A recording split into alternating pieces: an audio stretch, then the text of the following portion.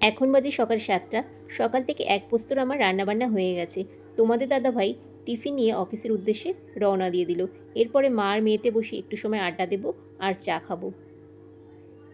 মা আজকে বিকালে তো বোনের বাড়ি যাবে, খুব মজা বলো। ঘরে না একটা মোচা আনা আছে, তা আমি ছাড়িয়ে দিই। তুমি এক কাজ করো, কেটে দাও, তাড়াতাড়ি রান্না করে দিই, তারপর ওই মোচাটা নিয়ে যাও। বোন তো মোচা ভালো খায় বলো। হ্যাঁ হ্যাঁ, ও মোচা খেতে ভালোবাসে। তাহলে এক কাজ করি, তাড়াতাড়ি করে রান্না করে ফেলি। ঠিক আছে। চা খাওয়ার পর্ব শেষ করে আমি বসে গেলাম মোচা ছাড়াতে। আমি মোচাটা ছাড়িয়ে দেবো আর মা কেটে দেবে। মা আমাকে সবজি কেটে দেয়। অনেকটা উপকার হয় আমার, রান্না করতে সুবিধা হয়। এক হাতে সব কাজ করতে অনেক অসুবিধা। যাই হোক, মা এখানে মোচাটা সুন্দর করে কেটে দিল আর আমি এদিকে রান্না করা শুরু করে দেব। মায়ের মোচা কাটা শেষ হওয়ার পরে আমি গ্যাসটা ধরিয়ে দিয়েছিলাম। গ্যাস ধরানোর পরে কড়াইতে দিয়ে দিয়েছিলাম মোচা আর দিয়ে দিলাম কিছু পরিমাণ মতো জল, কারণ মোচাটা সেদ্ধ হবে। এখানে নুন দিয়ে দিয়েছিলাম। তারপরে আমি একটা থালা দিয়ে ঢেকে দিয়েছিলাম। কিছুটা সময় পর দেখলাম মোচাটা সেদ্ধ হয়েছে নাকি। ঢাকনা তুলে দেখলাম মোচাটা অনেকটা সেদ্ধ হয়ে গেছে। এরপরে মোচাটাকে জল ছেঁকে নেব।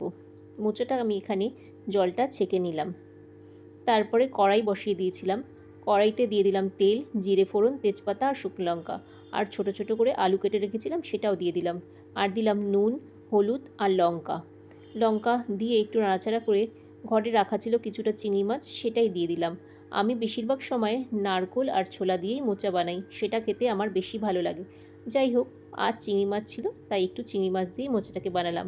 এই যে জল থেকে ঝরিয়ে রেখেছিলাম মোচাটা, সেদ্ধ করা মোচাটা এর সঙ্গে মিলিয়ে দিলাম। তারপরে দিয়ে দিলাম নুন, হলুদ আর লঙ্কার গুঁড়ো দিয়ে আবারও ভালো করে একটু নাড়াচাড়া করতে থাকলাম।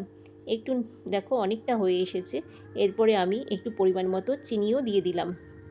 মোচাটা একটু মিষ্টি মিষ্টি হলে ভালো লাগে। যাই হোক, তারপরে আমি একটু নাড়াচাড়া করে দিলাম। দেওয়ার পরে দিয়ে দিলাম গরম মশলা আর ঘি। ঘি গরম মশলা ছাড়া মোচা একদমই ভালো লাগে না। আমার এখানে রেডি হয়ে গেছে। 2 ভাগ করে রেখেছি, একটা বোনের জন্য, একটা আমার জন্য। তোমাদের কেমন লাগলো অবশ্যই